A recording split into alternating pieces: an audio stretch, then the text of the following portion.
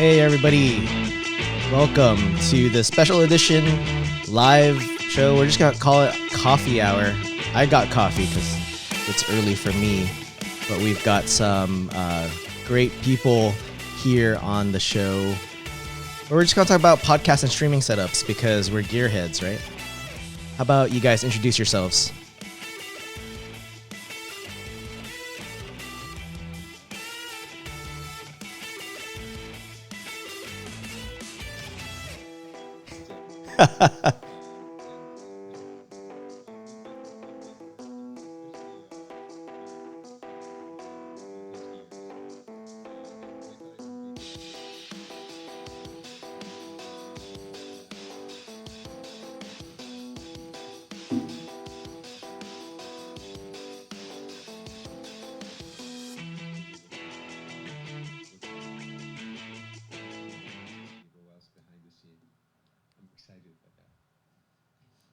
First, let's check to make sure everybody could hear us. Francois. Oh, you know what? Talk again, Francois. Test. Can you hear me? All right. Can you guys hear Francois now? All right. Alan said, he called you Franny. Franny. Thank you, Alan. I think that was an audio issue on my end. Hold on. Let me make sure. See, this is why I got to bring up the... All right. I know they can hear me because I heard myself talking on the video. I can hear you. Yeah, I can hear you as well. How about us? Can you hear us when we talk? All right. I think they can hear us now. Okay. Yes. All right. German says yes. All right. I think we're good there. Awesome. Mistake on my end. It's all good. Yeah. By the time we get to the Wi-Fi Ninjas, it's perfect. Exactly. All right, so I'm Roel, trying to run the operations here as we get like 4 people on this thing, which is I don't think I've done yet. And every time we do a live, that's what happens, right? Yeah. Especially when you do live like this on YouTube, and then you have Skype, and you have to record the audio and everything. It's a lot of moving pieces. But I forgot what I said, but it probably wasn't very important. but you are Francois. I am Francois. Mac. All right. Yo. Okay. Hi, I'm Mac, Wi-Fi Ninja, one of 2, together with Matt. And it's not like I was the only one doing the audio video setup here. We were doing it all together. So we have pretty much similar setup with Matt. Well, I have a little bit more toys. I like to tinker with stuff. Matt likes it easy. And also we are not like 100% set yet. I think we will be updating our video on Matt's side, and I'm also waiting for some more equipment too. But we are almost there, and this is what we are going to talk about today, how we do it behind the scenes. How is it going, Matt? Very good, thank you. Yeah, you pretty much introduced me in what we're talking about today anyway, so second part of the Wi-Fi Ninja, the better looking part. That's not as smart, right? Let's do another quiz and see. Is that part of your guys' survey on the show? Which one's the better looking guy? Well, I probably wouldn't like the results of the survey, so let's not do it. And Alan says, why do you look like you're about to break out into a rap, Mac? Well, is he asking about my arm? I might let. No, it's because you got your hat on, so it looks like you're a rapper for one. Oh, yeah, yo, man, of course.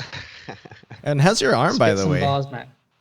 Yeah, my arm has never been better. Thank you very much for asking. It's amazing. Not too mobile right now, but it's all right. Must have been one heck of a time you were doing there. You're on a boat, right? Well, I was getting onto my boat where my shoulder snapped, not snapped, like dislocated itself so massively that, I had to go to the hospital with an ambulance. But it was a good journey. I had morphine, I had gas and air, so I know why ladies are so crazy about it. It really gives you a very good kick. Yeah. So yeah, I might consider having some, for home use, like after. We was hoping you'd still be high from when you had it the other day, so make this coffee hour even more entertaining. Yeah, we were gonna have this yesterday until we found out you cut your arm off. So he said, you know, we'll go tomorrow. We'll give him a day. Yeah, day is more than enough to recover from today's at the hospital. Thank you very much, guys, for for being so kind to me. Well, we want to welcome everybody who is live with us. We've got Alan, Chris Reed, Nigel Germans. Who else is on there? Let us know in the chat that you're here, where you're coming from, and what you guys want to know about how we do our setups. It's not perfect, but it does. We get to a spot where we feel good about our setups, and each of us has it done differently. And we'll each talk about what is involved with setting up and how much of a hole we dug into our wallets, and now living borderline on the streets because of our podcast setups. Well, it's technically it's all your fault, Roel and Francois. What? After we recorded that message for UC, and we compared what our setup was like, oh man, maybe it's time for us to upgrade, and then God knows how many thousands of pounds later, here we are. Yeah, well, I'm sure. So I know exactly. I'm sure, like the shelter in place really triggered a lot of people to change their setup, and it's one of those things where you start doing more from your desk, and then you start getting more involved with audio, and then having to do video, and then you start thinking about the different components that you go, that could be a little bit better. What can I change it to? And then I know, Mac, you went down like this review where you're just like reviewing all sorts of equipment, and so we had this chat between the four of us on Twitter, and I would, since Mac is like 9 hours ahead of me, I would wake up and see all these messages about you testing out a microphone. You want to talk about that experience? Maybe Matt or Mac, you can start first about your audio equipment, and then like we have more people raising their hands here. You got John Foster who's here. Chris wants to know USB versus XLR for multi-purpose microphone. And we got Neil McDonald from Scotland. So we're pretty much international right here. Yeah, so we have the nicest people in the industry watching us right now. Thank you very much, guys, for joining. And let's crack on with the audio equipment. So 2 months ago, I had a Yeti microphone, which is a condenser microphone, USB microphone that doesn't require anything else. And it was amazing. It was easy to use, plug and play, exactly that. It was just white. What Francois is showing us, the Yeti microphone, it's like around £120 in the UK, sometimes less, sometimes more. And it's well worth it. It's an amazing microphone. It has 3 capsules inside, so we can change the direction that it grabs the audio from. You can make it like, so it grabs the audio only from the front of the microphone. You can make it omnidirectional. You can make it like bi-directional for interviews on 2 sides of the table. So it's amazing. What I didn't like about it is that you can probably hear the noise of Matt's fan. Okay, so in the background, it gets a lot of background noise. I'm on mute, so you can't hear it now. Wait, you just spoke. How are you on mute? Yeah, exactly. No, it's the Yeti is a great microphone, and I use that a lot for meetings if I just want something simple versus showing everyone I have this setup. And then I gave it to my son when we were sheltering in place. So I gave him my Yeti, and he uses that to do his Zoom classes. And he obviously has the best audio out of all of his classmates, and he's got this big microphone in front of him. So like that's I guess when you pick that type of microphone versus the ones you see here on our screens, there's a huge cost savings there. I mean, it's not an inexpensive microphone. But it definitely ups the quality of your audio if you are using a Yeti.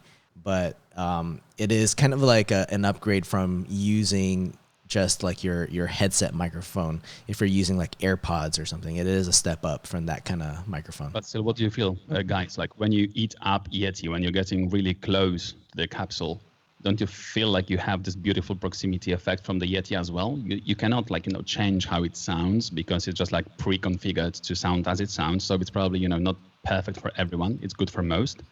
But I find the Yeti quite rich, quite nice. But as we've discussed for a while, it was quite heavily processed on the Yeti side. Yeah. So it does give you this broadcasting voice quality, but it's good enough for most people. So I would say like Yeti voice quality for me, it was 8 out of 10, strong one. So And which I microphone are I you? still use it. Yeah, I mean Yeah, it's a great microphone. yeah. It's not one I would just toss. I definitely use it every once in a while. But what about the microphone that you're using now compared to the Yeti? Yeah. Okay. So now a few months later, now currently I'm on a Rode Broadcaster microphone. This is still a condenser microphone, but it has a different pattern to Yeti. So it doesn't pick up as much noise from the background. It's actually closer to dynamic microphones in this regard. So I was testing how much it picks up of the background sound while typing on a keyboard, while clicking on a mouse, while having my son screaming on the other side of the door outside of my office. And I tested it with Yeti. I tested it with my second mic of choice, which was the Rode Pod mic. It was cheaper, dynamic XLR microphone. And now I've tested the Broadcaster, and Broadcaster stayed because I felt like it's nice and warm. I'm not sure if you guys like it or not, but if you eat it up, you can have like a real Broadcaster quality, like from a studio. It sounds great. It sounds very good. I like the quality that I hear, and I'm listening to your voice out of my speakers versus your headphones, and it sounds like way better than a Yeti. It addresses the deeper tones of your voice, so it sounds good. It doesn't sound like overly deep like how some of the cheaper microphones do it, but it sounds great. And I know when you're using it, you're using it on like this as a side, from the side of the microphone. And this is a question from Chris Reed. How do you see a huge benefit when you're talking to the microphone when it's on the side versus like how I'm doing it at the end of the microphone? So let's test it. So guys, this is I'm like 5 inches away. This is how Rowell has it in his setup now. So it gives me free movement, so I don't have to eat it up all the time. But then when you're getting closer, it should be sounding better and better to the point where you're eating up the mic for something called the proximity effect. And that should give you more depth, more color to the voice, hopefully. Well, I don't know if you can hear it, but that's what it should do. So I tend not to eat it up too much, but be 2-3 inches away from it. So it still gives me some wiggle, wiggle, how do you call it? Yeah, you got wiggle. You got room to move a little bit, whereas I have to be about this close. I speak at the end. If I speak to the side, you can see the difference of my voice if I'm on the side of the microphone versus at the end of the microphone. I don't know if you guys heard that difference, but if I snap, there's less sound that comes from the side. And so it probably when you type, it's not too bad because you have a keyboard pretty much behind the microphone, so we can't hear when you type. It's like a very faint noise of typing. And with the microphone choice, why I've also decided to stay with the Broadcaster, I'm not sure if you can see that there is a little thing here, like a black thing on the microphone, and there is a physical hardware high pass filter built into the microphone, so it should filter out most of the background noise, like your feet on the floor, like the fan on the background, like some constant white noise sounds, and it works. So I was testing it. It's really, really good. Of course, you can hear a car that's passing, just next to my window, but a little annoying constant sounds, they are filtered out, which is fan, like a fan coming from your laptop. Yeah, not mine. Yeah, so maybe we should go to Matt, who is using the Yeti. Matt, what do you think about that microphone? I'm just using my AirPods. So I did try the Rodecaster. I had the Rodecaster pod mic, the same one that you had before, going into the Rode little mixer, but it just wasn't powerful enough to when we were trying to use it. And we changed the mixer from the Rode to a what was it called? M-Audio. Second one. Yeah, and then I had that turned up on the max, and it was okay, but then it just still wasn't great. So I got so frustrated at this point that I just sent it all back and just brought the latest version Yeti, which is the Yeti X, which is what I'm on now. And it does pick up background noise, so I'm sure people that have got their headphones in, they can probably hear my MacBook Pro fans that have decided to kick in now that we're doing our live stream. It's been nice and quiet all day until now, but I think that's just I think that's an issue with like latest Macs. I think the fans just seem to come on like crazy sometimes. So my options is to potentially move my Mac, but I like typing on my keyboard and using my trackpad, so I'd have to put my Mac somewhere else. Which yeah, no, I'm still undecided about, still thinking about, contemplating. And I use my AirPods for audio when we're doing podcasts or live videos, just because I don't like the feeling of the overheads on my ears, because it makes me feel hot and it presses on my glasses, which annoy my face. With headphones or without, you are still very hot, man. I get even hotter, so It'll that's why ruin that beautiful hairstyle of yours there, and think I that's know the you real just got reason. that cut. yeah. So this is about a week old now, actually. Week and a bit old. I can't have that, man. Like you have to see your barber like every week, otherwise it's no good. And then Yeah, we well, have a different spectrum of microphones where Francois is using a microphone I like a lot, and I have one as well. So Francois, why don't you talk about your comparison between, because you have a Yeti, you have a different, I don't know, I think you have 3 microphones, right, Francois? Yeah, I have 3 microphones that I like to use for different occasions. I like the Yeti, and it screws on the mount I have. I have the same mount as Mac has. It's actually one from Yeti. It's pretty nice looking. That's why I got it. Actually, it looks better than like a Rode or a typical mount. Um, but yeah, so I use the Yeti if I do like conference calls and I don't want to be like really, really close to the mic, right? So for most of the things I would do conference calls, I would do with my customers, I would use the Yeti most of the time. And then I just mute myself when I'm not talking so they don't hear, you know, what's happening in my house, right? But you don't use the button on the Yeti, the physical one, to mute yourself, do you? No, because everyone can hear that, right? You It's can like a hear that clicky, click, yeah. yeah. It's like a clicky button. People can hear that. And I what, use a shortcut are on you my hearing me keyboard. when I'm clicking it then? Because that's what I've No, been doing for the last few minutes. you have a different.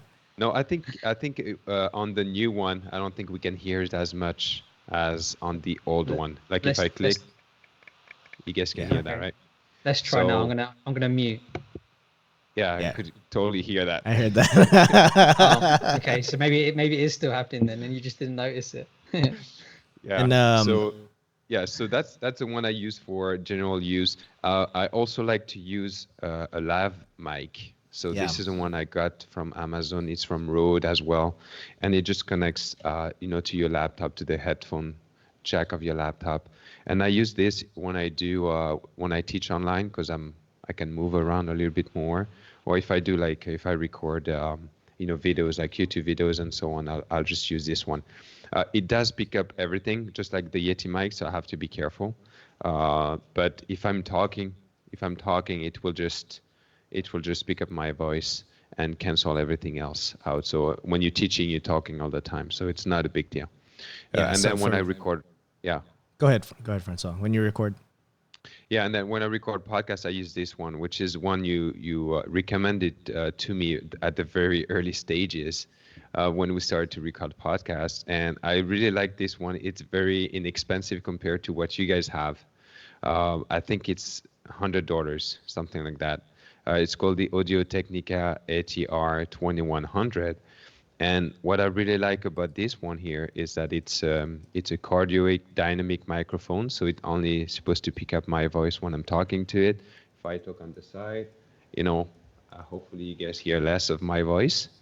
And also what I really like about this one is you have the options to connect it via USB or XLR, right? So if you have a mixer, you can connect it via XLR and get the XLR audio. And then if you have if you want to connect it directly to your laptop, you can use USB, and it's going to work as well. And this was a really good option for me, especially when I was on the go. I could just bring the mic with me, a USB cable, and I could record the show on the road, connecting it directly to my laptop, and that would work really well. Or what I would do is I would use something like this, like it's a recorder, and then I could connect the mic directly into the recorder via XLR cable, and I could record directly on that mic when I'm on the go. So I really like that option. It's very small, so I could put it in my suitcase, and I think it doesn't sound as good as yours, but it sounds good enough. So It sounds great. Amazing. yeah, so I've kept this mic because it's good enough, I guess, for what I do. Yeah, that's the one I carry with me just in case we both need to record for Clear to Send, because Francois is about 3 hours ahead of me. So a lot of times I'll either be at work and I'll just sit in my car for about an hour during a lunch break or something to record an episode. So we do have some episodes where I'm recording from my car, and the audio is great because you can't really hear anything, and I just record directly to my laptop. And that's a great starter microphone for anyone who just wants to get started but still have good audio quality. That Audio-Technica ATR 2100 is perfect because it does use USB. It's got a headphone jack, so you can attach your headphones to it if you want to hear the audio directly to make sure it sounds good. The one thing I would caution though with that microphone is if you're hand holding it, it will pick up the sound on the microphone as you're recording, and so you have to stay really still. Like when I was recording in the car, I wouldn't move at all, just for about an hour. Especially if you have a ring or something like that, that will just bump against the outside of the microphone, and you could totally hear that. But you know what? It comes with a tiny tripod. It's not the best tripod ever, but I would take it with me when I would be on the road, and it would be good enough. Or if you can actually unscrew the tripod, and then it fits on my on the mount I have. So I can what I do if I want to switch between the ATR and the Yeti mic, I just unscrew the Yeti and then I screw the ATR, and that's Good question as well about your mic. What are you on now? Are you on USB or on the XLR through the interface? So can you guess? I guess that you are on USB because you're lazy. Yeah, I'm on USB right now. So it's actually directly connected to my laptop, and then I'm connected to XLR. Would it be any different? I'm not audiophile enough to hear the difference. I think it would only be different if you had a mixer. I mean, you do get cleaner audio through XLR, because through USB, if you connect it to your laptop, you could still pick up some noise from the components that connect to the laptop. But XLR, you'll have more fine-grained control. Although it's a lot different nowadays if you use something like, I don't know, the applications for audio. Like if you use that directly as your mixer, you could get more fine-grained control over that. But I'm more of the XLR type of guy because back in high school, I did take audio class. So I would go around with different groups that needed audio, and I would set up all their microphones, use the mixers. And so I'm more of the equipment snob, I guess. I actually used to have a mixer, and then I renovated my office over the Christmas holidays, and I didn't want to put it on my desk because I wanted to have more room. So I'm like, okay, yeah. So I'm like, okay, I'm going to use USB for now, but maybe one day I'll buy some sort of, what you guys have, the interface to actually connect XLR microphone to a laptop. I would love to get what you guys have, the Rodecaster. The Rodecaster. Yeah, I mean, we can talk about that. But before we move on from microphones, for the Wi-Fi guys out there, it's very similar to antennas, right? You got your omnidirectional microphones that can pick up all the sound. You've got microphones that are like patch antennas that are more directional and can only pick up the audio if you're sitting like right in front of it. And then the receive sensitivity of the microphones is also something to consider. You can't, for some of these microphones, you can't be sitting about 5 feet away from the microphone. It just won't pick up the audio. And when it comes to picking the microphone, your environment also greatly will affect which microphone you get, because you could be in an environment like me where I actually record in my garage. If no one notices, I just sit in the corner of my garage. This is the only corner that's furnished, and the audio in the audio acoustics in this garage sucks, right? You got a lot of reverb, but this is why I have this specific microphone and all the controls I have here to try to reduce all the extra noise that you could potentially hear, especially cars that drive by my garage all the time. Yeah, well, I have to say I was loving the behind the scenes picture we got of your the rest of your garage. Yeah, yesterday I was showing them how I couldn't even get to this area because all our bikes are just blocking the the area, and they're still there. I had to go around them, and like I didn't want to put them away because I know my son's gonna go, hey, I want to ride bikes today, and I'm like, all right, let me take it all out. That's actually what I was saying when I was muted earlier. So I was like, what? I'm not getting any reactions. What's going on? And then I know I wanted to see behind the scenes. there was a question by Chris Reed about actually no, who was the one that said that question? Anyways, we can keep going. I do know the last question asked is by Alan. It's like, what audio equalizer settings do you apply to your mics? For example, Matt uses the masculine bass plus. He sounds more manly. I think you have a fan there, Matt. Or is that an insult to the rest of us? It works both ways with me and Alan. I'm his biggest fan too. So I use the settings that are on the Rodecaster. Mine's more of like, I just use the buttons, right? And I've tried adjusting very fine-tuned controls, and I don't like doing that. Only because I tend to change my environment often. So I don't want to keep changing settings. And once it works, I just stick to it. Same. Because like on the Rodecaster, you have different versions of firmware. You can use like an easy mode. Mm-hmm. So that's what we have on our mixers interfaces with ROL. It can be like an easy, lazy mode where you just have few knobs that you can turn pretty much like on or off, or you can get into expert mode where you can adjust more stuff which you normally could do in a studio equipment. It's just like a new firmware. It's been out for the last like week or two. Yeah. So we have like a compressor, de-esser, ducking, high pass filter, noise gate, overall exciter, big bottom, and we can turn it all off with just one click of a button if you want all the processing. Right. So if I were to turn the processing off, you would hear all the sounds in my garage. You would probably hear the fan that I have going off to the left of me here. That's what I just wanted to offer. So look, this is like how it sounds with all the processing turned on, and now I will turn it off. And now all the processing is turned off. So this is like how the microphone sounds without anything. Does it make any difference? You seem quieter to me. Okay, and now the processing is back on. So all the compression and the compressor kicked in. Yeah, and the noise gate as well is like you can hear it. It's like less clicky when I say even like plural words. It's not as damaging to your ears because it's compressed nicely on the mixer interface level. Yeah, and you got to be careful with playing with those settings because like noise gate, for example, could start cutting off your words. And I have other equipment where you can control that pretty easily with physical knobs. And I would sit there for a long time just trying to nail down the audio. And I got tired of playing with it, and I really debated on getting this Rodecaster Pro.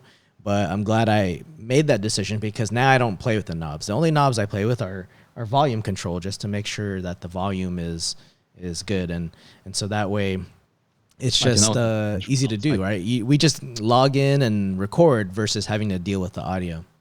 Yes, but it's not cheap, is it? No. Yeah, it's not cheap. How much is it in States or in Canada? I think it's 700 something, right?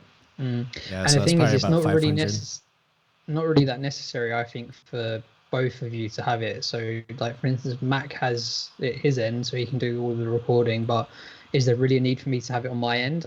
I don't think so, because he can do all the local recording. So it's probably the same for you guys. Yeah, and that depends a little bit because, like as you mentioned, you had the pod mic before, which is an amazing microphone, but it's a very gain-hungry microphone. So most of the standard available cheaper interfaces, they were not powerful enough for the pod mic, right? But it works perfectly on a Rodecaster. So pod mic and the Rodecaster, they are good friends. But pod mic with even a small interface from Rode, same manufacturer as a mic, it was a Rode One something, 100 Yeah. worth of an interface. It didn't work. It was not loud enough. Not Audio Technica. It was M Audio. It was also not powerful enough for the pod mic. Yeah, you have to consider how much how much gain from the mixer you have to have in order to, or the audio interface in order to boost that audio from the microphone. Especially for dynamic microphones, they require way more gain than condenser microphones. Just to give you an example, I had to use like level 40 out of 100.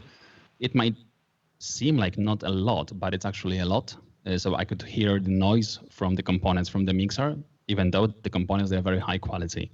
Now I'm on the condenser mic with phantom power, 12 volts, and I'm on power level 18%, which is not too much, and I can't hear any voice, any noise from any components. I was recording locally and testing it properly, and really it makes a difference. So especially again for dynamic microphones, it makes a massive difference to have a very high quality interface that comes with it. Yeah, and for USB microphone, what you could do instead is you could use a piece of software to kind of do the same thing. So on my on my end, I use something called Audio Hijack.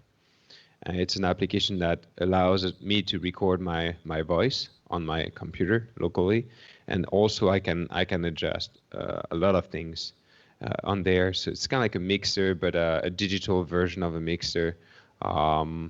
And it's been working quite well for me. I can also record from applications. So right now, if we're on a Skype call, I can actually record the Skype call on one track, and I can record my voice on another track. So when you go and produce the audio for the episodes, you can actually have more control on the different tracks, and you can adjust the levels properly, so everything matches.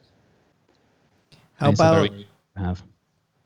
about what do you guys do to reduce like ambient noise and echo, that sort of thing? I mean, you guys I know Mac and Matt, you guys are both in an actual room, so I would imagine it's easier to control that type of like ambient noise or echo. There's probably no echo in your room, right? Yeah, I can tell you exactly what I do. Nothing at all. Lucky. Yeah, I do nothing. I'm probably the most laziest, not laziest, but I just have to try and keep it as simple as possible with my setup. I don't have the patience for. Yeah. I tried testing out with the Rodecaster and the Rode mic and the mixers and stuff, but I got like 2 or 3 in, and I was just fed up and sent it back. That's why also when we come onto the camera and stuff, and we start talking about that, that's why I decided to go with the one that I've got with now. How about you, Mac? Well, Mac is dying to say something. Go on. Come on. Well, I just bought some panels to improve the acoustics. I've seen like 1 or 2 panels in your office, in your garage, Roel, as well. So similar. I just have one. I've tried experimenting with that in the garage, because the audio, the reverb in here is bad, so I had to dampen the audio somehow. I've even used garage blankets around me, or moving blankets around me, to try to reduce the audio bouncing off the walls, and I just couldn't do that. And because I wanted to use a different microphone that I didn't have to put up to my face, and so this is just what I settle with now. And every time I record down here, you're not gonna see me without this microphone. Yeah, because like it doesn't matter too much about the echo and reverb from your environment. It sounds fantastic as it is, right? Yeah, it's I've been able to control it through the equipment, but I would highly recommend people to get those audio panels. You can get them on Amazon for cheap, but I mean, cheap panels, they don't look good. Yeah, they're not that good, but audio panels, those audio panels can cost a lot of money though, the really good ones. Yeah, I'm not sure how much I paid. They had like 2,000 reviews, almost 5 out of 5, and £30 for like 8 panels or something. It's not too bad, I guess. I don't do anything in my office as well. I know I have echo, but I don't care. It doesn't too much sound too about bad, it. yeah.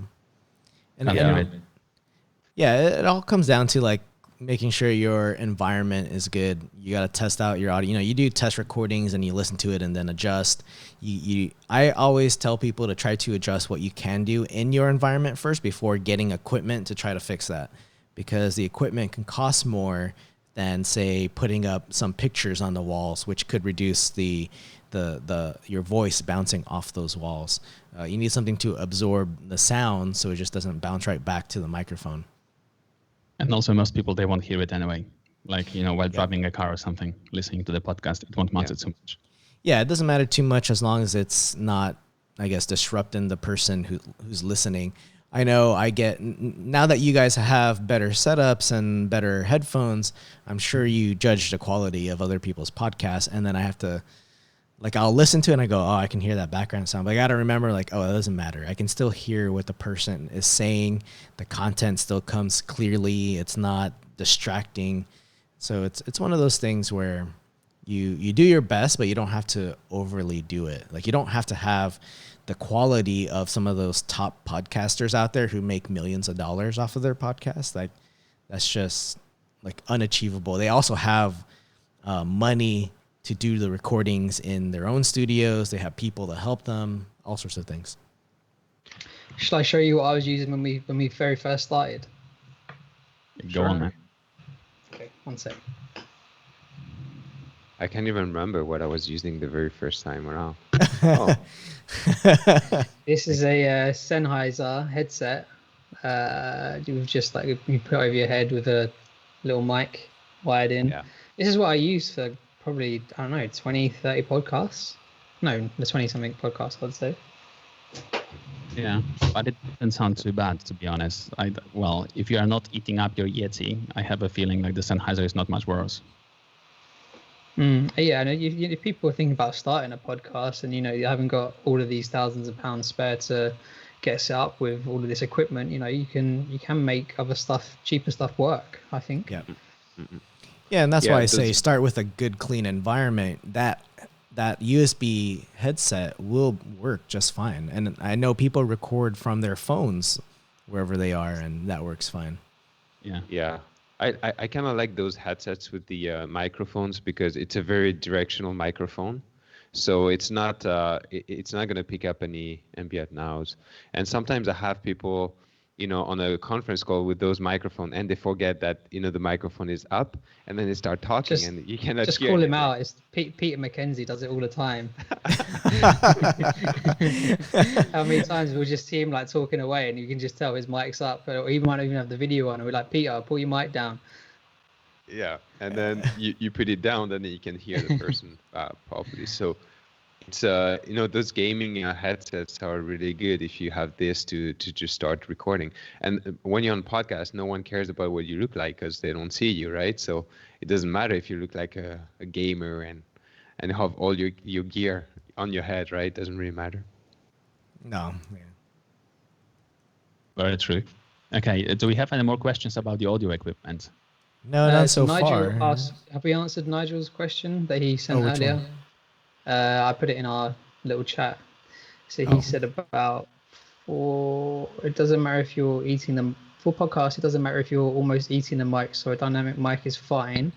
Yeah. But if streaming or YouTubing and want the mic out of shot, dynamic mics may not do so well. If you use a condenser mic as an alternative, they pick up a lot of background, which is bad if you're creating content at home. It would be interested to hear how people have cracked that issue. I think it still comes down to the environment always, record in a place where you're not going to pick up that sound, cover it up. I mean, I've seen people do, when I did a lot of research, I've seen people do crazy things to get good quality audio. I've seen people put themselves in a studio where it's just a wall of the audio panels and they literally sit there and the microphone is just in their face, and that's all you see on the video. But the audio is crisp. It's great. But if you want to show a great background, like what we've got in our environment, then you have to maybe step up on the equipment, the type of microphone. Occasionally you'll hear a car, but you've done enough to get great audio. Absolutely. I think you could still use a dynamic mic even if you're doing live streaming or videos like this, you don't have to put it right in front of you. You can put it away a little bit, and it's still gonna it's still gonna sound better than if you had like a an Omni mic that picks up everything, especially if you're typing on your keyboard and stuff like Yeah. this. If you're just talking, what I use for videos is the lav mic, right? And I try to put it as close as my mouth as possible. And I guess that's when you can talk about audio production as well. When you produce the audio, you can have some control over that as well, and maybe you can reduce the noise. I know I use Audition from Adobe, and they have some options where you can actually reduce the noise, and so your voice stands out a little bit better. So obviously that's not possible when you do live streaming, but if you record a video for YouTube or something like that, you could adjust the audio afterwards before you upload Amazing the with video. Audition, isn't it? Right? You can do it in two ways. It's just like auto noise reduction, which tends to work quite nice. Or you can take a profile of a noise, like if you have a fan that that doesn't change its sound throughout the podcast, you can just grab the profile of it and reduce only sound of that from your recording. It's amazing. I haven't yet discovered how you do it in Logic because I just started using Logic, but Audition is amazing. Yeah, and for those starting out, you don't have to use Audition or Logic right off the bat. When I first started, I was using GarageBand and Audacity for the longest time. And those two are free. So I would start there. It's plenty enough, especially if it's just you doing the podcast. It's plenty enough to just do basic editing to get a little bit better audio quality, but you don't have to go overboard and do a lot of editing to publish a podcast. Yeah, exactly. And just go on. I was going to say, to answer Nigel's question as well, what you could do if you do live streaming, maybe you can get one of those shotgun microphone that you I have one of those. On top of your camera, and that shoots directly to your face. Yeah, something like this. So, and I think they have a directional pattern to them as well. So you could use those mics as well if you're doing live streaming. How do you find the quality of the shotgun mic, Roel? Is it as good? The one I have is not that good. I've tried. That's the one I wanted to use, and that's what I've tried to clean up the audio. Try to condition the audio here in this garage, but the garage is just a horrible environment. But if you've got if you're in your room, it's perfect, because if it's close, if you just put it right above the camera, like right here, just out of view, and it's directional, it'll just pick up the audio from your voice, and you don't have to deal with the microphone in front or a lavalier on you. It's pretty simple.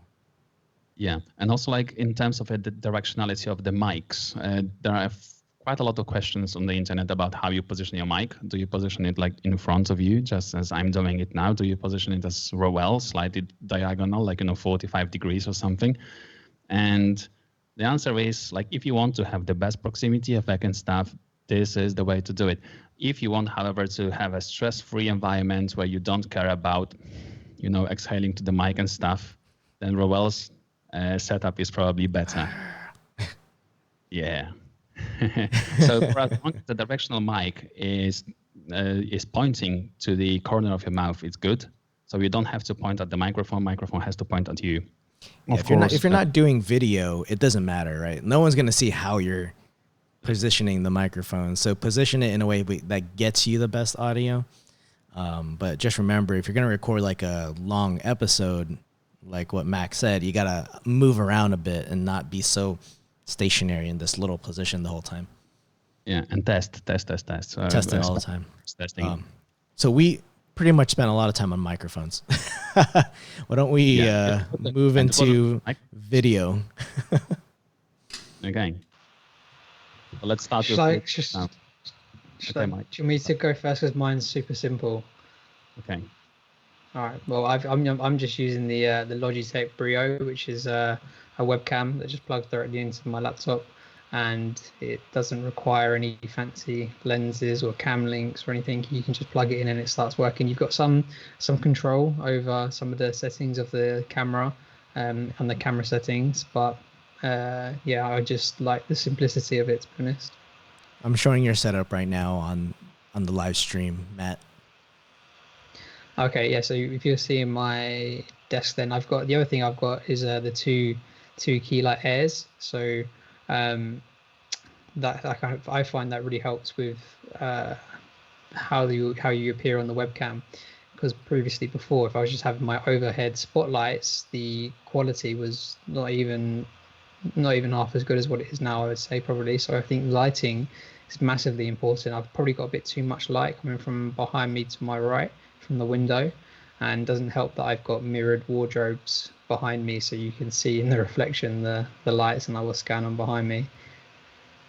But I wasn't think when we moved in 3 years ago, I wasn't thinking ahead that I would be doing podcast videos and all this kind of stuff to organize my spare bedroom around So that. what's your long-term plan? Are you going to be recording from a toilet where you don't have the mirror behind you?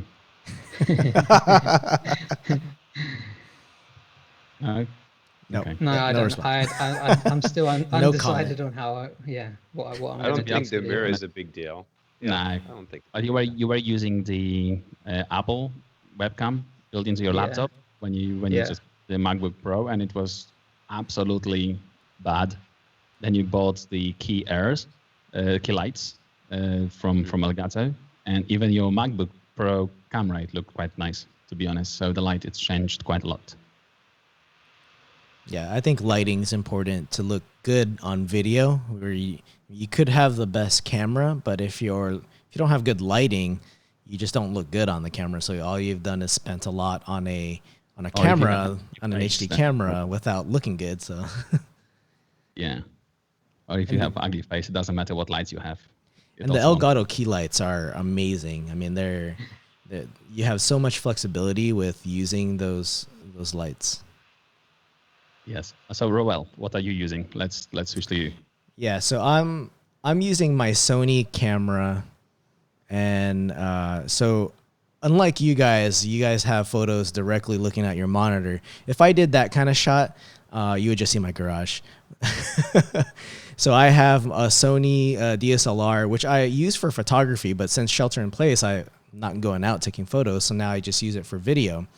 And so the light that I do have, because I do a lot of photography, I have a photography light that's just always on. So that's how I get kind of the soft light just directly on me versus lighting up everything else in my room. I do have a key light, which I do occasionally turn on just to provide light to the rest of the space.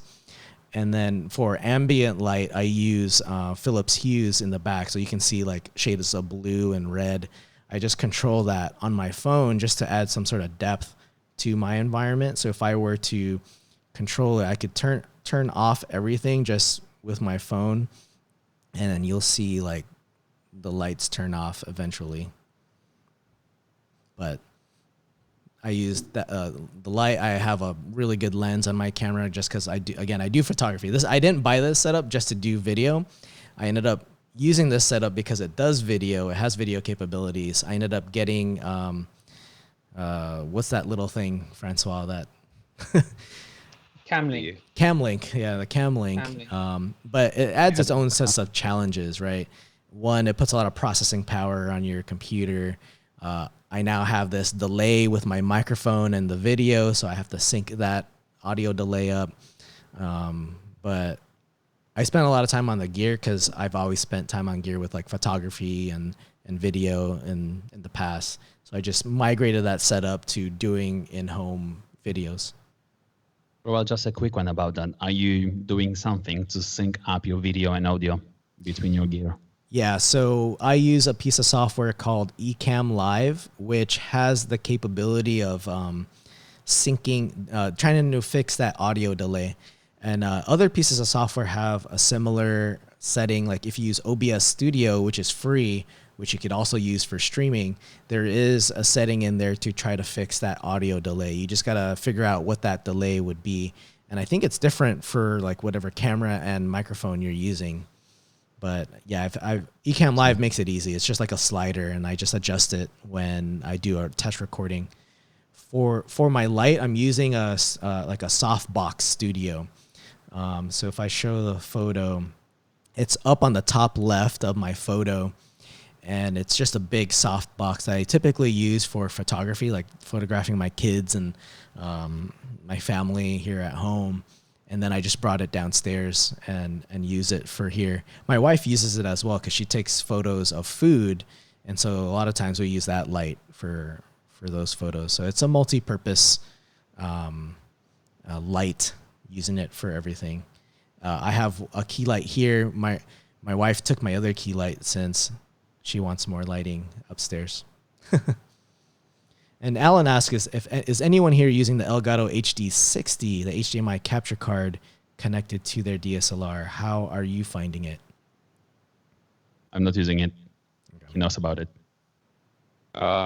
So when I purchased my camera, I wanted to also purchase the Elgato 4K Cam Link, but at that time, you couldn't really find it anywhere available online because of the shelter in place. I guess everyone wanted to purchase it. So I had one on Amazon, but the delays were crazy. So I purchased another one, which is not the HD60 one, but it's another full HD card that I use. I think it's called MyPin, and it works okay. It's the quality of the image is not as good as what you would get directly from the camera, but it's better than my MacBook camera, my MacBook webcam. So okay. It works okay. And then you don't see it on the picture here, but I actually put it under the desk, and I have HDMI cables that go from the camera to that box, and then you have a USB cable that comes from that box going into my laptop, and you can get the feed from the camera. That HDMI interfaces, they will not be able to provide as good quality as if the camera would have provided on its own without anything in between the camera and the computer. Because we're using cameras that are meant to do photography, so it's they're not meant to use those setups that we're currently doing, right? And the one thing I would also mention that I've told Mac and I've told Francois is, like, if you're using your DSLR camera and you're using your battery, you'll find that the battery dies pretty quickly, right? And so they have these dummy batteries, which is just you put a battery in there, but it's like an AC adapter, and it just plugs into your outlet. So that way your camera just stays continually on, and you don't have to worry about your battery dying and having to switch it out mid-recording for whatever reason. That's very important. Thank you very much for that tip, man. It's like it saved my day. Yeah, I remember you're like, the battery sucks on this thing. It's dying. And I'm like, oh, get the dummy battery. But the battery was discharging much quicker than it was recharging. So even if the camera was plugged in, 1080p was draining the battery quicker. If I was streaming on 4K, the camera would be dead within minutes. Okay. Wow. That's not what the DSLRs are. That's what they are for. If you are recording 4K, you just shoot a scene, you record for 5 seconds, for 10 seconds, for 1 minute, then you turn it off, you move, you start recording again. But if you do continuous 4K streaming, it's not only a drain on your battery, but also on your CPU, which becomes hot very quickly.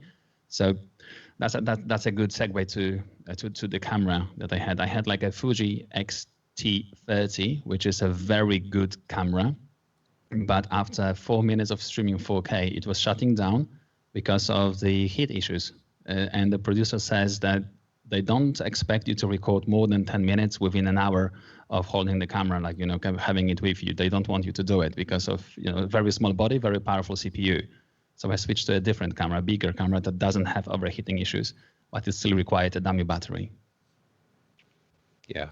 And if you want to buy a DSLR camera to use as a webcam, what I did is I went online and I did some research on YouTube, and I found that a lot of even YouTubers were using the one I purchased, which is not very expensive. I think I spent $500 on it, and it does 4K. It's a Panasonic Lumix G7, and I've been loving it. Like, I even do, that's what I've used for my YouTube videos as well, and the quality is really nice. If I record directly the camera and then I transfer that file to my laptop, it looks sharp, like 4K and all of that. So I've been loving it. It's been working fine for my webcam as well. And I don't know if you can see on the picture, but you see I have two lights. On the lights on the right, I actually have another mount, for the camera. So what I do is I always leave it there, and it gives me a second angle. So and that's actually what I use if I do if I teach online. I would put the camera as an angle, and then I have my laptop right underneath it. So, and then I keep my students on my laptop screen. So when I'm looking at the student, it looks like I'm looking at them, right?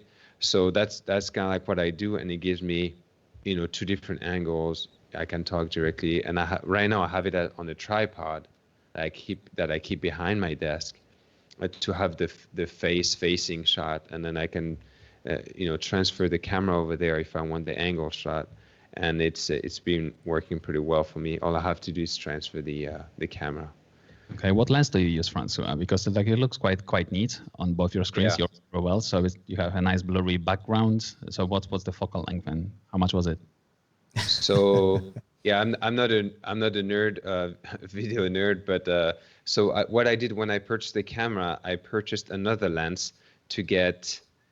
And Roel, correct me if I'm wrong, but I think if you have a lower aperture, it gives you the blurry effect. Yeah. So I purchased a lens with a lower aperture, and when I tried it on, when I received it, I noticed that the shot was like cropped like crazy. And I didn't know that my camera has like some sort of cropping. It's APC sensor. APC sensor, yeah, it's like a quarter crop or whatever. So when I put the lens on the camera, it looks like it was zoomed 4 times by default. So I couldn't really put it in front of me, like it wouldn't work out. So what I'm using instead is the lens that came in the box, and this camera comes with 2 lenses, which is pretty cool. And one of them has the minimum opening of 14 millimeters, I think, 14.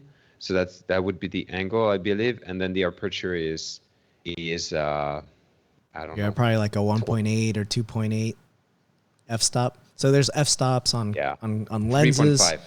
Yeah, so there's a minimum f-stop if you want that blur. It's popular amongst photographers, and it's even how far you are from the camera and how far the background is from you. It can, because it focuses on you, it blurs out the background, right? So it's a photography thing. And so I put my phone and I focus. You can see I become. You can see that focus. Oh, you can do that. So you can make. Yeah. So if I. Yeah, I can do that as well. I can zoom in.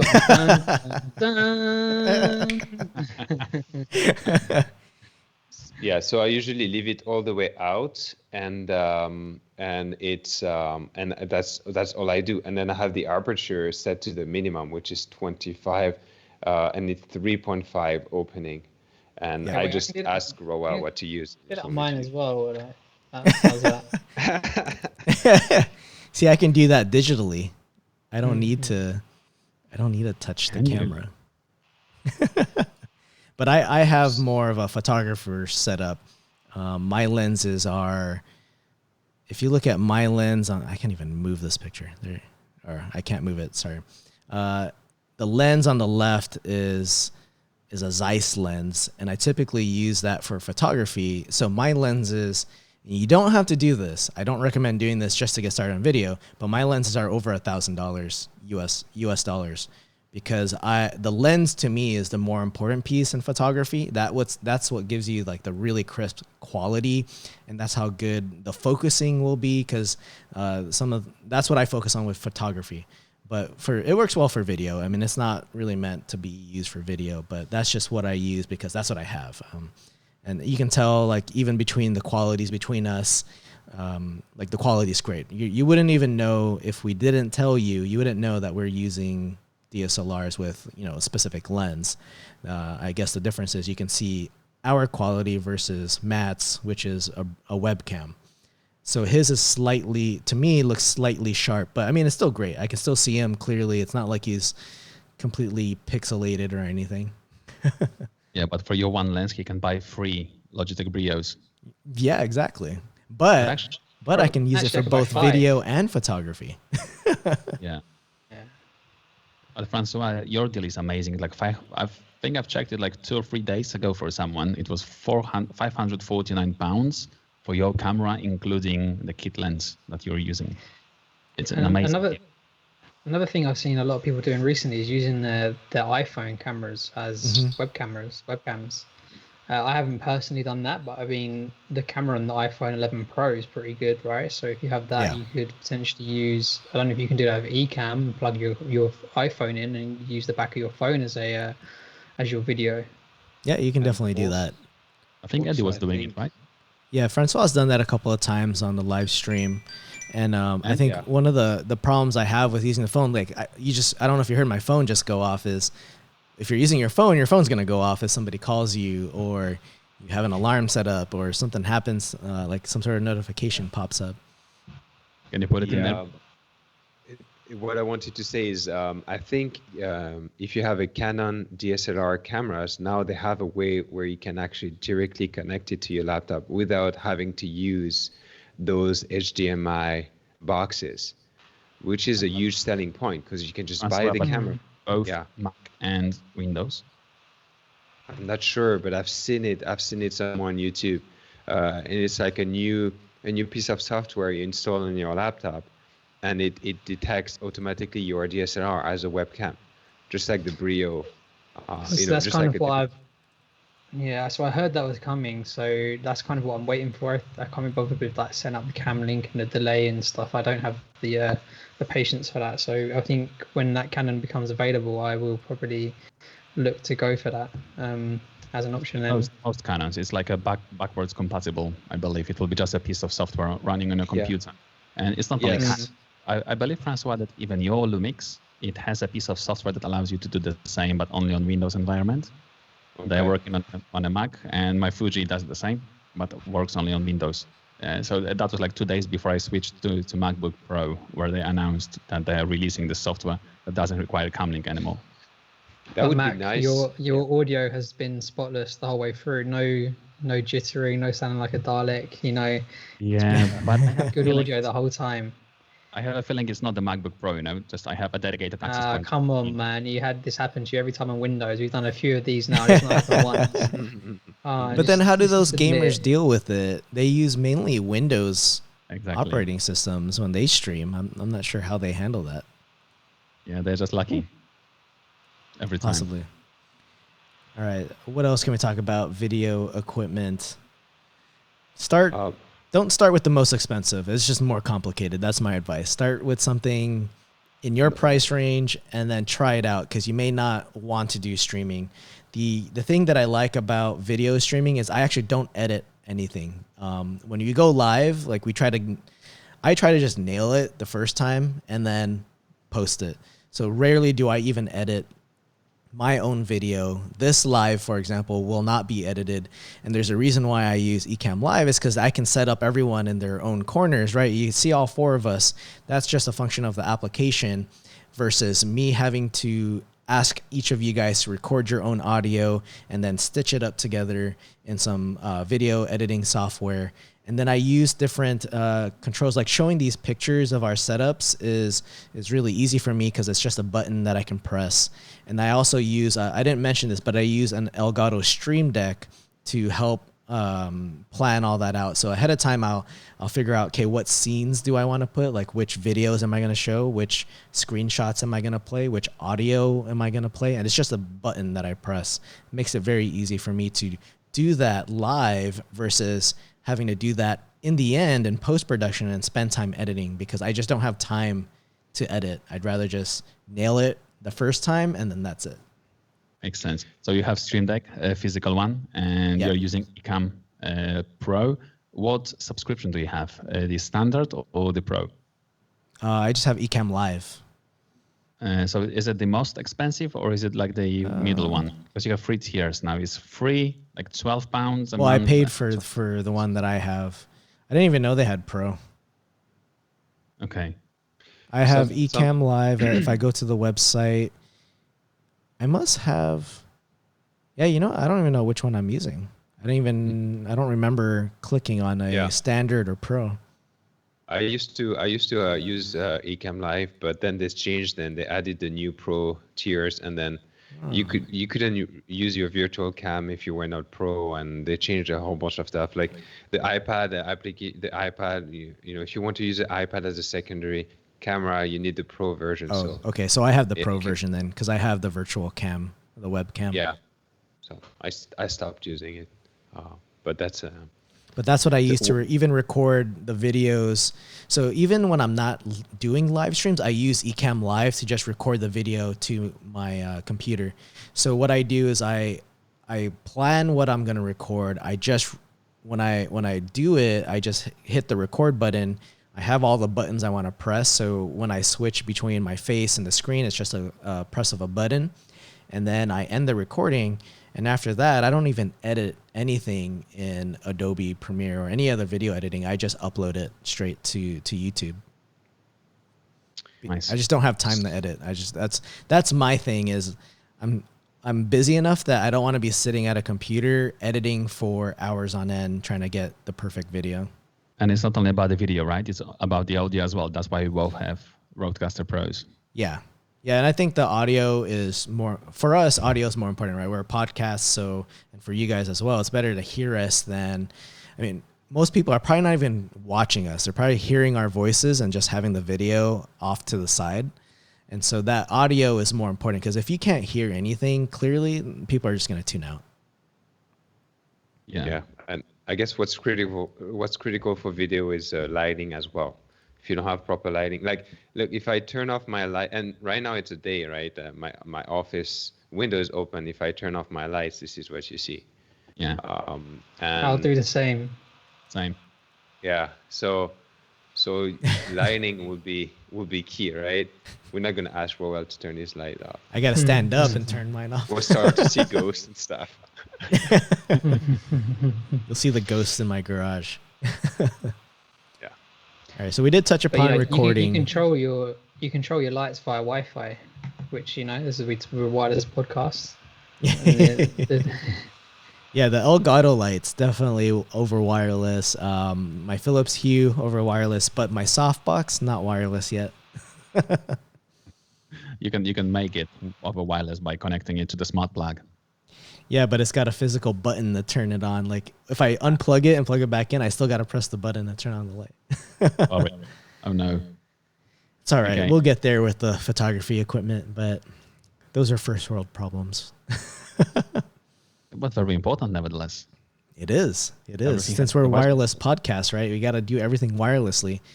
Are you guys recording this over wireless? Are you guys doing your streams over wireless? Of course. Yeah, I'm wireless right now. Don't lie. Yeah, I'm doing wireless 40 megahertz wide channels 2.4. That's what I do. 2.4.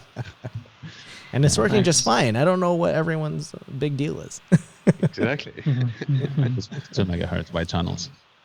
All right. So what are the other things you guys use? I guess we didn't really touch upon the editing software. I told you how much I don't like to edit. So I try to streamline things. We do use Adobe Audition to produce our podcasts, but we don't do much editing. So we're not cutting out the ums and the uhs. We're not speeding things up, but we do have a, what is it called, Francois? Like a preset that we've created that we apply to every single podcast episode we do. It just cleans up the audio just a little bit, adds a little bit of compression, and then we export it. So we no longer sit there and edit for more than 5 minutes, Francois? Yeah. We just export it, convert it to MP3. I think that's all we do. Yeah. The problem is like when you have a long podcast and you have few pauses in there, like, some, like, I don't know, you have a postman or something, and then you have to find it. I tend to listen back to every podcast before posting it, just in case. And I'm happy that I'm doing it. Otherwise, they couldn't be marked as clean, I don't think. I was going to say the main reason you have to do it is because you swear so much during it normally, and then you have to go back and find it and cut it out. You have to beep it. Beep. You should just have a button for that. Create a delay, and then when you hear Mac, cuss, just press the button. I'm not sure what you're referring to. It's like, have you ever heard me swearing in a podcast, guys? I think you sweared like a couple of times on chat before we went live. Imagine that, but like times 100 when we're just recording. Yeah. So Roel, thank you very much that you are using Adobe Audition, and you just told me to buy a Logic. The editing software doesn't matter as much. I only have Adobe Audition because I have the Adobe Suite, which has the Audition on it. And I was using, before that, Audacity, which I got used to using, and it was pretty easy for me to go through it. And early on, I was editing everything, right? I would cut out certain words. I would get rid of all the pauses. And now it's just, we just try to keep it as natural as possible. If there's a pause, there's a pause. And if you don't want to listen because of that pause, fine. I don't really care. But we just don't want to edit as much anymore because we're all busy. We just don't. We try to get it right in the recording, so that way there's less post production and editing. That way we can go back to what we need to do. Right? We have families, so you can go back to playing with your kids. Like I just heard my son wake up. I heard him step down up. I'm in the garage, the living room's upstairs. I can hear him walking around. So he's probably going to kill my Wi-Fi by playing games, online games right now. Sorry, what are you saying? Can't hear you. There is a delay. Yeah, and that's a neat thing that you can do with Roadcaster for audio. So let's imagine that we have, interview with me, Matt, and some guest over the phone. You can have every person on a different channel. So if I'm recording it locally to my Roadcaster, I will record it locally using my Roadcaster. Then I will have Matt over Skype or Slack or whatever. I will record him using a USB channel in the Roadcaster, and then the phone would be over Bluetooth or over the analog audio, and that's on a separate channel. Yeah, so I love that part. Yeah, same, man. Instead of going to post-production, we just make sure that trying to tie all the audio together, right? Like, okay, give me your recording, give me yours, and then we'll kind of patch it together. It's just you record it once on that Roadcaster, and that's it, right? All the audio's there and everything, even the music, right? We don't remember, Francois, when we would just manually add the music in the beginning. Now when we record, I just press the button, the music's there. We don't even do that.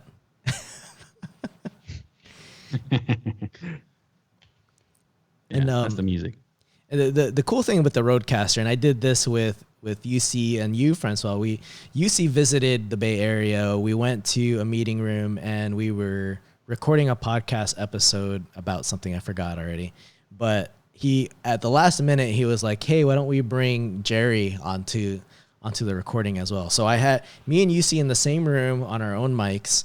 Francois coming over on Slack, which was connected to my computer. And then what's really cool with the Roadcaster is UC over Bluetooth connected to the Roadcaster, dialed Jerry through like some voice over IP application since he had to use Wi-Fi to make the call.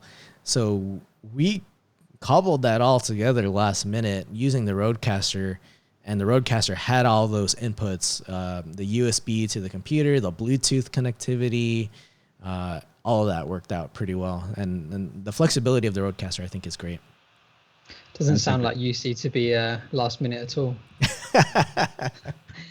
And I suppose that's one other thing that we haven't actually discussed is that when you record podcasts, what platform are you using to record your podcast? Usually, you mentioned Slack before. Is it Slack that you guys still use now? Yeah, just we only use Slack between the two of us since I think on the free version of Slack, you can't have group chats or group calls. So usually with me and Francois, we call each other on Slack. We just use voice. We don't have video on, and then we record that way. Okay. So a quick question about that, because what we have done previously, before the Roadcaster days, we were looking for applications that you can, use to record your audio. So let's say you can record the session with Skype, and then I can just put that into Audition or Logic or whatever and work on that audio file. We've tested Cisco WebEx. What else have we tested?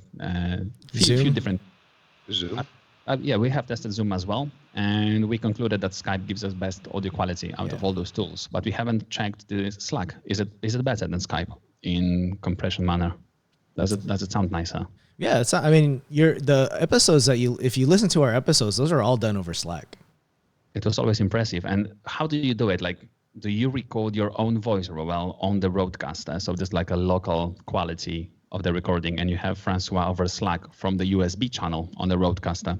Yeah. So we when we do record, we record ourselves. So I record my voice, Francois records his voice, and we kind of use that as a backup. So it depends on the call. So sometimes, like when we bring a third person on, we try to determine whose audio is the best. And so like if Francois's audio sounds better on the recording, he'll end up using his recording. A lot of times our connection's really good that it doesn't sound like Francois's coming over the internet. And so to make things easier, I'll use the audio that just comes into the roadcaster. And so we just kind of make a call that way sometimes, depending on if Francois for some reason gets cut off or I get cut off, we'll just combine our audio together to make it sound like to get the best quality. Because sometimes, you know, the internet has issues. So sometimes there's large delays for whatever reason, and we have to work through that, or audio just gets cut off here and there, and we just work through that as well. Okay. It's just that's what creates a post-production edit. The time is when we have hiccups like that, we edit. About the podcast guys, and I think they've nailed it. Like everyone is recording locally to their own machines, and they have a piece of software that stitches it together automatically for them. I think. Well, it must be as easy because Alan is doing it, so it probably cannot be too time consuming. Otherwise, he wouldn't have done it. So I think we'll be testing it shortly. I wonder if he's still there in the chat and listening. Yeah, I think he's still there. The local recording is saved us a few times. So the backup recording. So especially when you interview with people and you don't want to interview them again, right? That saved us. I can't remember when exactly, but this year saved us. I think when we did the one with Chris from Broadcom. I think your SD card was full on the roadcaster. I was chatting with. So there's one tip is to clear your SD card before if you're using the roadcaster or any other recorder. Make sure you have space. And I was because those files get heavy really fast. Yeah, the roadcaster because everything is on its own track, so it takes up much more space. And when you look at the file, it's huge. It's like. For we've gone an hour and 15 minutes now, that I would have maybe 2-3 gigabyte files already because of how long we're going and how much audio it's taken up. But yeah, it was like down to the wire. I had like 3 minutes left on my SD card before it stopped recording. I was like, Francois, you're recording, right? Because I'm about to lose it. Yeah, and it's same thing if you're recording locally on your computer. You need to make sure that you have enough space to record. On your hard one drive. day I recorded a podcast with Cedric, my friend from France. We wanted to do one in French, and I didn't have enough space on my laptop, and the recording stopped, and we lost everything. Oh, everything? Not just a portion of it? Just everything? Because the application crashed. The recording application I was using crashed, and we lost everything. So, I mean, if you're recording on the SD card, make sure you have enough space. If you're recording locally to your, to your hard drive, make sure you have enough space as well. Yeah, that's why I like recording with dedicated recorders and not with an application on your computer that you're using to do the interview or the podcast, because you just never know when an application fails for whatever reason or crash. The audio recorders, like the one that you showed, Francois, like the Zoom recorder, those things are rock solid. I mean, the only thing you got to worry about is having space on the SD card and battery. And if you just get an adapter, you don't even have to worry about battery at all. You just have to worry about the space. And so it's one less thing to worry about. I've never had my recorder crash on me ever. And I have a separate Tascam recorder similar to what Francois has. And we used to use that a lot before I got the Rodecaster. Now it's just like on the Rodecaster, and Francois's audio is more of like backup just in case I lose the guest audio. So we have a lot of backup recordings. I think that's the one tip that we have for podcasters is if you're going to record the audio, make sure somebody else is also recording it just in case you drop off for whatever reason. Like, what if Skype fails right now? And like, what if I just dropped off? Well, one, we'd lose the stream, but you can keep going and still record this session. Yeah, I know the feeling. how it feels to drop off. So before I switched to MacBook Pro, I was like dropping off like 8 times a session, sometimes with a Skype man. video, only on video. But it was a Skype bug, I believe, because I'm not alone out there. Done the research Yeah. on the web. It was funny. Okay, so I think that concludes the video part as well and the recording. So Yeah, now I mean, we kind of talked about everything. yeah, quite a lot. But there are some few things that we've spent hours researching while working on our beautiful setups. So, what do you guys use for like an arm or a bracket for your cameras, for your lights, for your microphones? Do you have anything specific there that is worth considering?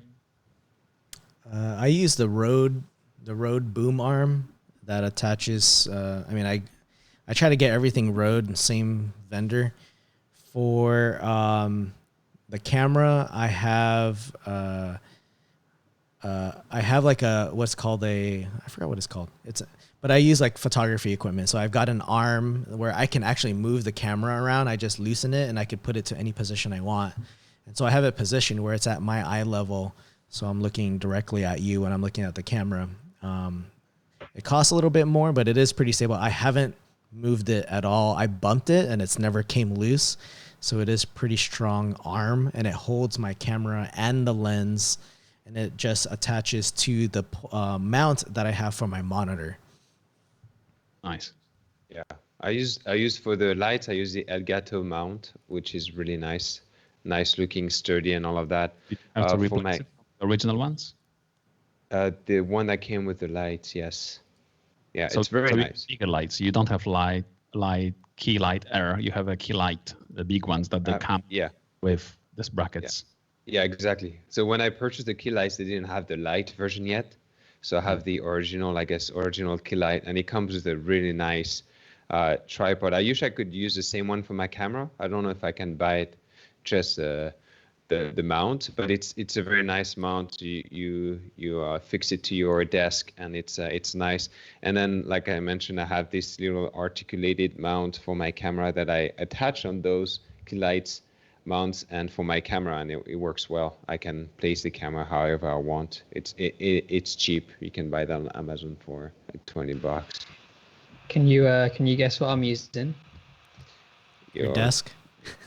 Your Yep. screen. Yep. Yeah. So Absolutely nothing. Matt's got like the simple setup, right? And so it shows you that you don't have to get all this equipment. Like, we got it because there's very specific scenarios and the reasons why we get it. My table moves, so during meetings I have with other people, I don't use this microphone, so I use the boom arm and just kind of swing it to the side. And then if I want to get up, I can do that. So it's just your preference. Like the bracket that I use for my camera, it's a Manfrotto. It's called a Magic Arm with a camera bracket. And you don't have to get that. I only got that because I needed to move the camera to a specific position. And because the camera with my lens is heavy, I need something that is capable of holding the weight without drooping over time. And so that's why I have that specific setup. And you'll figure out what works as you. Unfortunately, some of you will spend more money than you want to as you try to test out certain equipment, which I think Mac can attest to. Yeah, I'm not sure if I want to share how much we spend. Answering your question, Francois, you can buy those arms from Elgato. They're called Elgato, Magic Arm. Something like that, like a mount something. And then to make it even more agile, you can buy Elgato flexible set kit. I think that's it called. Yeah, flex arm. So that's what I'm using with my massive and heavy camera with big lens as well, and it's rock solid, super sturdy. Yeah, Elgato stuff is rock solid because they cater to streamers, and streamers have very similar setups to ours, right?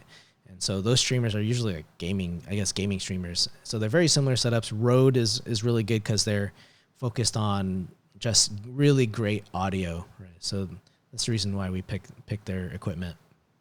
That's nice. Yeah, I see the Flex mic. It's not or the Flex mount. It's like 60 Canadian dollars, so it's not too expensive. It's just very popular right now. Yeah.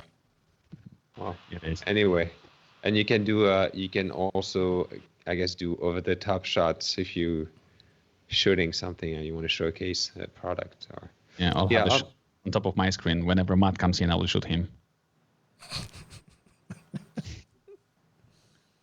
Okay, shall we spend here like 30 more minutes? Because I know that Matt is bursting for a wee. And I actually have to drop. I actually have to go. But if you guys want to continue, you can. No, I don't know. We've beat up the topic. I think at this point, if anyone has specific questions, we could do it. We can do something very specific. But we've touched upon so many different things. So to recap, for anyone that's still here, we talked about microphones, what microphones we're using, why you pick a specific microphone. We talked about video equipment, what kind of camera you could use. We use DSLRs and also webcams. We both have like both types of cameras. Lighting is important, so we all have our own lights, as you can tell, to just kind of put the focus on you and not make it look so dark. And some of us showed examples of what it looks like when the lights are off. We talked about how to edit. I don't like to edit.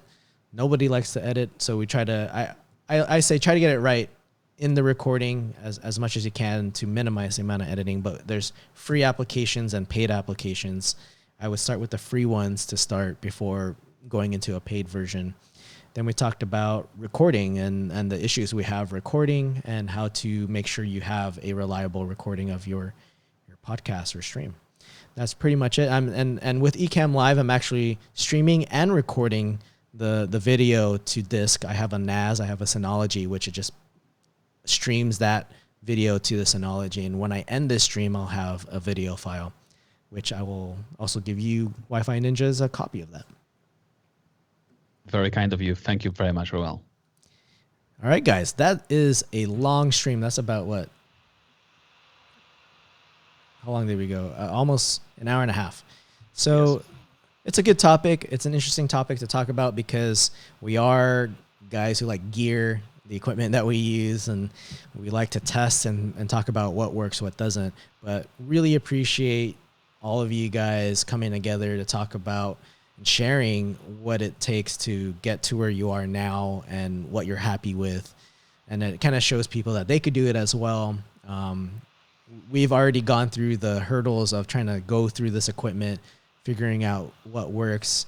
And now you know how our environments are. So maybe you could use this as an example to set up your own environment, do your own podcast or streaming, whatever it is. Yeah, and thank you guys for having us on your channel and also for your continuous support behind the scenes. Because if it wasn't for you, because you were our inspiration to start our journey with the best audio video equipment, it would have not been as easy and smooth. So thanks, guys. Thank you, everyone, for joining. Yeah, thank you for everyone in the chat. Thank you for joining us. I'll update the description so we can, there's timestamps for what topic we were discussing. But if you guys want to follow the Wi-Fi Ninjas, head over to their podcast. How can they find you guys? On the WiFiNinjas.net or on every major platform, Spotify, Apple Podcasts, Google Podcasts, Stitcher, everywhere else. Awesome. And then you can find us on cleartosend.net. So follow both of our podcasts if you haven't already. Talk about Wi-Fi, and hopefully we'll do more live streams like this and continue doing video. Thank you, guys. That would be really awesome. Absolutely. Cheers, Bye-bye. guys. Thanks for having us. Cheers. Love you. Bye.